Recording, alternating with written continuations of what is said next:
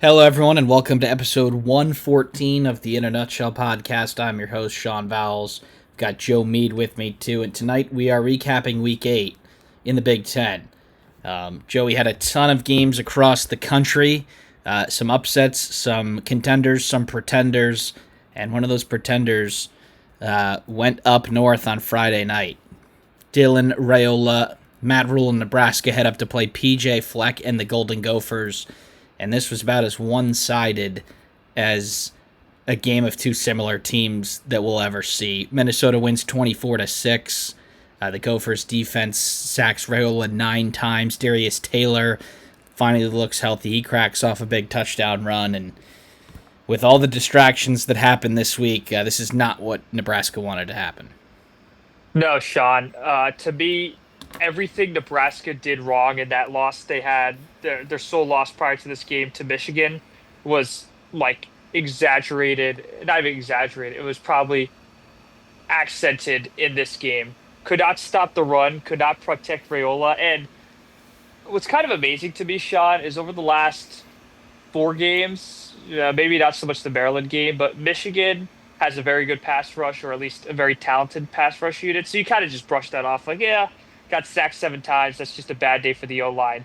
Michigan State, I think, got to him 5 or 6 times, and now 8, 9 times in a game. That's indicative of a pattern. And if you just read Husker message boards, they're begging that all their NIL goes to their O line. And frankly, I agree because they have great receivers. They have great playmakers on defense in the secondary, but it's kind of the same on the other side too. The same way Michigan gashed Nebraska, and Nebraska kind of got lucky against Michigan because Chip Lindsey did not really press the automatic run button the way PJ Fleck in Minnesota did. Healthy Darius Taylor completely destroyed them. Even if you take out the 171 yarder, he had about like still averaged about 3 or 4 a carry. So no, I think kind of the slow death in this game is very obvious, and kind of the all the disappointed and somewhat stunned Nebraska fans toward the end of the game perfectly described how the evening went for the Huskers. And as I was telling a lot of people paying attention to the Penn State coaching search, I would not list my house right now in Lincoln if I'm Matt Rule. And you'd have to wonder if the distraction was a factor. I know it was a day short rest for them, a day less preparation. But Joe, if Nebraska wins this game, Nebraska's probably giving him an extension and a bigger buyout, and that has not happened to our knowledge yet. So I think this may increase the chances that he leaves. But in the age of NIL, uh, it's most seen in the lines on either side of the ball. That is where they're lacking the biggest, and they never had a chance in this game. I mean, 9 sacks, 6 points, no touchdowns. They didn't run the ball at all. And, Drake Lindsey's stat line doesn't wow you, 16 for 20 for 150 and a touchdown, but 8 different receivers for those 16 receptions. And just a really good game all around from Minnesota. But Nebraska back to the drawing board, 5-2. The dreams of the CFP probably out the door now. We'll see how many wins they could end their season with. All right, let's turn the page to Saturday, Joe. And up first, I guess this is just the higher ranked teams are coming up first. But let's go out to Madison, Ohio State, going up north to play what many think is the worst team in the Big Ten. It's a quick start for the Buckeyes, but after that, they just cruise from there. Ohio State 34, Wisconsin 0. Joe, this is a game that, frankly, Ohio State was pretty nice not to run this up even further, but business as usual for the Buckeyes, and the bottom keeps getting lower for the Badgers. Yeah, I mean, if you could nitpick anything about the Buckeyes' performance, which there's very little to, you could probably criticize the run game. But to me, that's not as big a deal.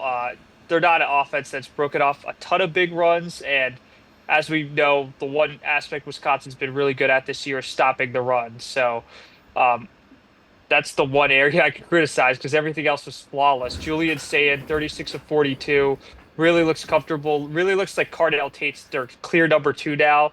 I still think they can feature Max Clare a little more. That's another criticism, but it's not really affecting them much. And frankly, up till the last week of the season, they might not even need to. I think they're just kind of spreading the wealth here.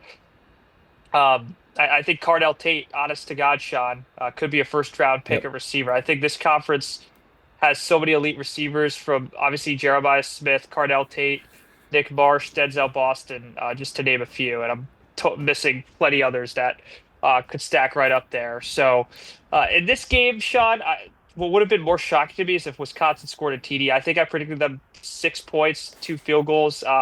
Frankly, they didn't come close. And to me, this kind of rung true of like what Ohio State would do against the MAC team. That's kind of the level of team. Wisconsin, with all their injuries and kind of their gutted personnel, let's face it, very low morale, has gotten them. That stadium was not electric at all.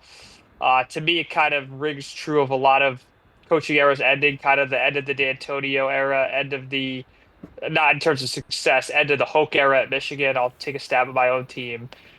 This was really, really putrid from Wisconsin, and it's what you expect out of the number one team in the country. So, good on Ohio State. I think this just kind of proves how far the gap is between Ohio State and the best of the best in the Big Ten and where Wisconsin is. Yep, you have to wonder, Joe, with a lot of these athletic directors taking a quick trigger, whether if Wisconsin wants to get in on the party, because if they wait till the end of the season, that might be too late. So you have to think how long Luke Fickell is for that job. All right, Joe, down the list we go. Michigan State heads to Bloomington for the battle for the Old Brass Spittoon. It was a good start for Michigan State. They led 10-7 halfway through the second quarter, but it was the Hoosiers who win the middle eight with 3 touchdowns in that 8-minute stretch, and the Hoosiers cruised to an easy 38-13 win. Aiden Childs, Nick Marsh, and the Michigan State offense actually did move it fairly well, but they were not able to convert their opportunities, and the Indiana offense just gashed the secondary for Michigan State. It was pitch and catch at times for Mendoza. But thoughts on this one? Yeah, I guess Heisman Mendoza, nothing really shocking about his performance. I think he fit a few throws into some tight windows, but a lot of those throws were easy for a guy of his capabilities. Probably someone who, if he keeps this up, is going to be in New York for the Heisman ceremony. Getting back to Michigan State, I think this overall performance, and I know they lost by 25, barely covered. I thought that field goal at the end, whatever, you can make your own interpretations. I thought this was a much better effort than what they showed against UCLA and kind of the second half of that Nebraska game. I'm going to be honest with you, Sean. Michigan State, to me, has played 4 pretty good games. Like even against USC, I thought they played well enough. I think their secondary is just terrible. Let's just call it what it is. I think the pass rush kind of got some confidence at Nebraska. Haven't really seen much of it lately.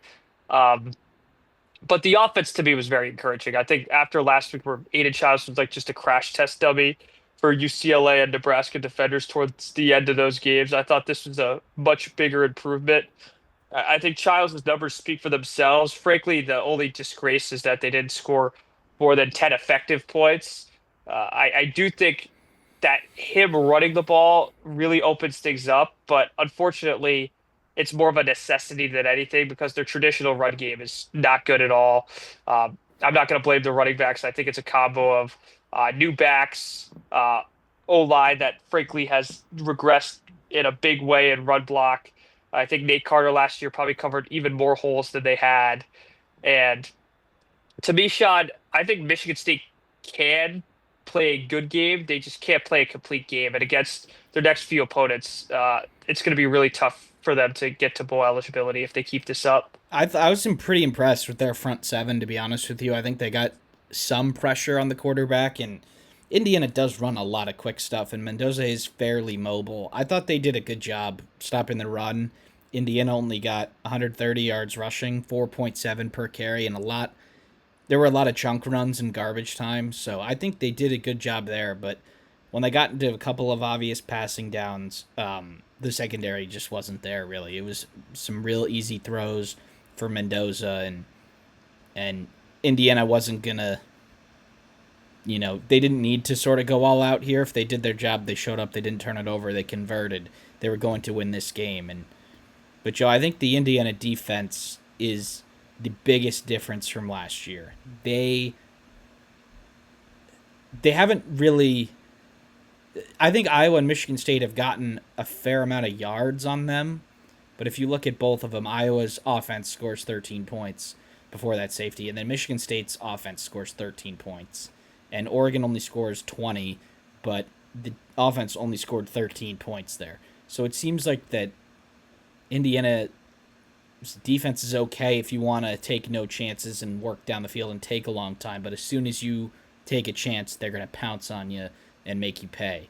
But I think it's going to be tough for Michigan State going forward. Obviously, they're still looking for their first Big Ten win.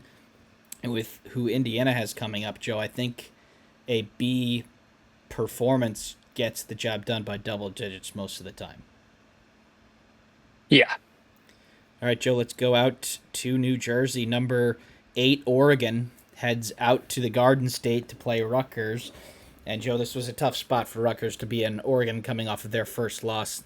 This thing was over before it started. 42-3 Ducks at halftime. And sort of they went through the motions to win this one 56-10. But what a great performance from Oregon's offense to put last week behind them. Yeah, it's funny. I was actually reading a text on my phone. A lot of these search committees are targeting Oregon offensive coordinator Will Stein. You're kind Yeah. of seeing why. I think he made a lot of adjustments from last week, albeit the Rutgers defense has regressed, and comparing their defense to Indiana's would be pretty insulting to Signetti's crew. What I will say is, I think Dante Moore looked comfortable again. I think that was a very encouraging sign. I also think that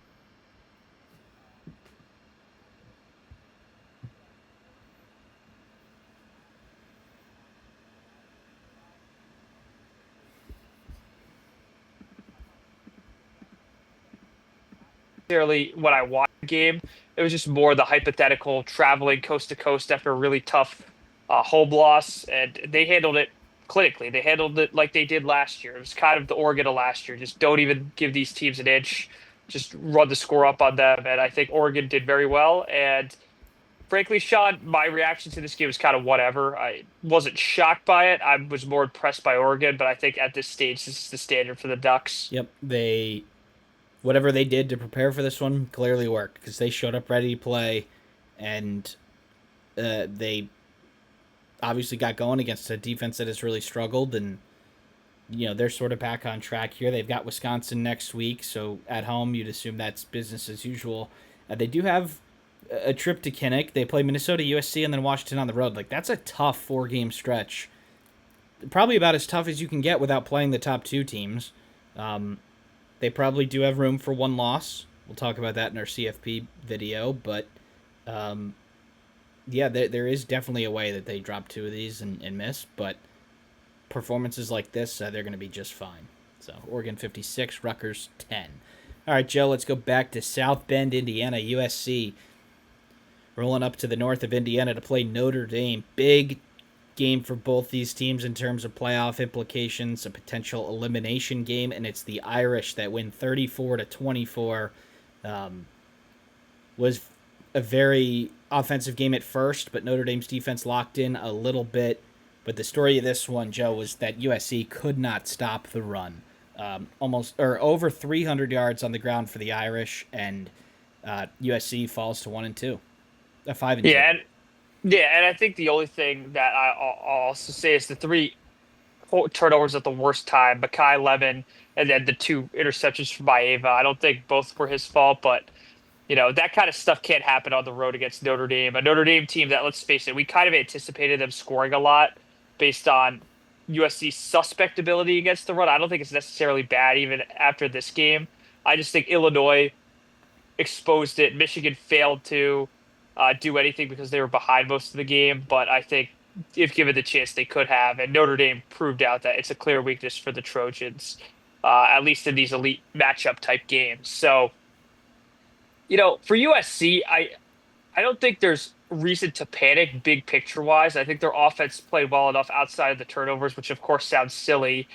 To me, it's more of a, I think this game was probably scheduled at the wrong time this year. I think if this scheduled in September, USC might be able to get them. But I think Notre Dame, now that they've rounded off, I believe, 5 straight wins, they're hot now, and USC was kind of catching them kind of in an emotional state. They had the big win over Michigan. Then they got to go back to the Midwest and play a really good team. And, I just think situationally, they just didn't make the plays. I don't think there's any indictment of the program as a whole. I just think the turnovers at the wrong time and the failure to stop the run. I think you could chalk it down to that. I think everything else they did pretty well in this game. It was a it was a game where both defenses came in needing to answer some questions, and Notre Dame's did and USC's didn't. I mean, they're especially considering how little Michigan had success on the ground. For Notre Dame to do that was a little bit surprising, and Notre Dame. You see the 13 there; they're going to make the playoff. They don't play another ranked team other than Navy, um, who are ranked in my top 25, but not the top 25 for the AP. They're going to make the playoff. They're probably going to host a game like they did last year. They had two losses to two good teams in one score games. Like they're a really good team, and to beat that team on the road, you've got to play a really solid game. And the turnovers, unfortunately, weren't it for USC. Lincoln Riley seems like the pressure sort of got to him a little bit. That reverse where Lemon was supposed to throw it, he ends up fumbling, and then Notre Dame goes and scores the touchdown to get it to 10. He admitted it was a stupid call. I just think that, for USC, they're probably a step away from the playoff this year. Probably going to finish 9-3, something like that. Go to a nice bowl, be in the top 25. But unfortunately, I think they're one step below where Notre Dame is, and that's why they lost. All right, Joe, let's keep it rolling here. Let's go out to the big house, where Michigan Wolverines welcomed Washington in a national championship rematch from 2 years ago. And what a stark turn of events from last week for the Wolverines. Michigan 24, Washington 7, despite being without Justice Haynes. It was the Jordan Marshall show. And the defense for Michigan, holding a pretty good Washington offense to just 7 points. But what a great game for Michigan. Yeah, I think this was the exact response the program as a whole needed. I think based on the week of activity in college football, I don't think Sharon was necessarily on the hot seat, but you might have started that conversation had they lost this game. But Michigan, what's funny, Shot, is they probably could have won this game by a lot more. Yeah. They failed two easily convertible fourth and shorts. One was a drop pass by Samaj Morgan, sadly a repeat suspect of those, and then fourth and two with a kind of questionable call. Michigan had gashed Washington all afternoon in the run game, so you figure you try that again, and they'd probably get the next fourth and two. Regardless, Sean, to me, it was the story of the game was Michigan's defense. I don't think Damon Williams had anywhere near as good a game as many anticipated him to. I think he made a really bad decision on his second interception. I think the first one was just bad luck and bad play design since Cole Sullivan was going to cover the running back and kind of got lucky in a way. But to me, this is a playoff elimination game for Michigan. I think if Washington wins out based on who's left on their schedule, they could very well make the playoff. I still think really highly of them. I think they just picked a really bad day and against the wrong team to have their worst offensive performance. I think they moved the ball pretty effectively, but outside of the big chunk play to Boston, they just couldn't sustain drives. Williams was under pressure a lot. He had to scrambled out of a few sacks actually, and they could never really establish the running game. To me, that was an error by Jed Fish. I think they should have given Jonah Coleman a few more carries.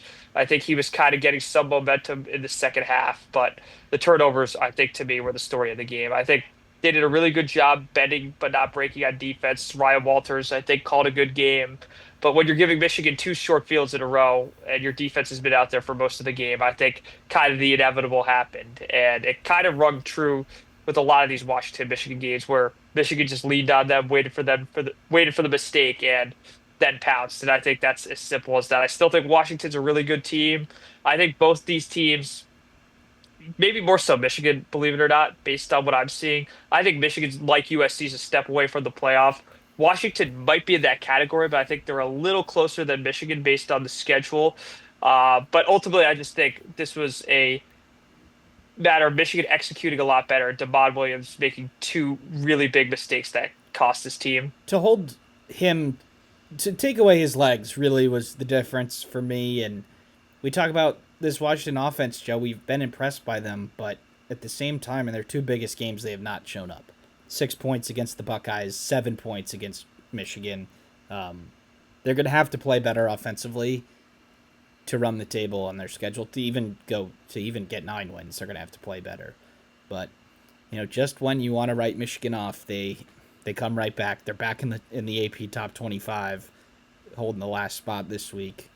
And with last year, just when you want to give up on them, they pull something out of their hat, beat Ohio State, and coming up for them, Joe. This is not the preview episode, but this season really opens up from here for them. They have a real chance to make that Ohio State game really mean something for them. And based on how things are looking like, it is not going to mean anything else other than the rivalry for Ohio State. You've got Michigan State on the road next week, Purdue, Northwestern, Maryland. There is a better than not chance that Michigan is 9-2 going when the team from the horseshoe comes up north. So needed this one to open things up. If you lose this, things get a little dicey, but you have a nice win at home and in front of a rivalry week. So you go from there. All right, Joe, we've got 3 games left. Let's go through this one quickly. This was unfortunately the worst college football game of the weekend, probably. Northwestern 19, Purdue 0. Northwestern is 5-2, serious chance of bowl eligibility now. And Joe, Purdue's offense had been pretty solid this year, but failing to put up a point. Got to be disappointed here in the Boilers. Yeah, I was pretty disappointed. I think they couldn't really pull much out of their hat. I don't think they really got the spark, and I think Northwestern kind of just demoralized them with the ground game. I think, you know, 50 rushes for 232 yards. I think it kind of just felt like a slow death for Purdue, and in front of a pretty non-electric crowd. This to me was like a Big Ten West game you just sim through on the NCAA video game. Not much. I think Preston Stone had a pretty bad game. He was 11 Yeah. of 26, threw a pick as well. So I think Coach Braun kind of just stripped the ball away from his hands and said, "Eff it, let's just go with the running backs." And thankfully, their D held intact, and this was a pretty non-incidental win for Northwestern. And I'll eat crow. I thought Purdue was going to upset them, so maybe next year Purdue for the upset based on this performance. Yep, Ryan Brown did leave the game, I believe, with an injury, and Devin Mockabee was not really a factor. I only had 5 or 6 touches, so disappointed here from Purdue. But Northwestern's 5-2, and would not have had them here at the beginning of the year. All right, Joe. Let's go out to Kinnick. Iowa 25, Penn State 24. A pretty ugly game from most standards. Both quarterbacks failing to get to 100 yards. It was Ethan Grunkmeyer for Penn State in his first start, and Mark Kronowski from Iowa. But it's the Hawkeyes that get the job done by one. Emotional week for Penn State coming into this one, and I don't think they played horrible, but it's Iowa at Iowa. You're going to have to do better than that to win there, and the Hawkeyes get away with a narrow win. Yeah, I think this was coaching malfeasance on Iowa more so than Penn State. I thought that 69-yard field goal attempt was ridiculous Yeah. and probably should have cost them the game. It almost did.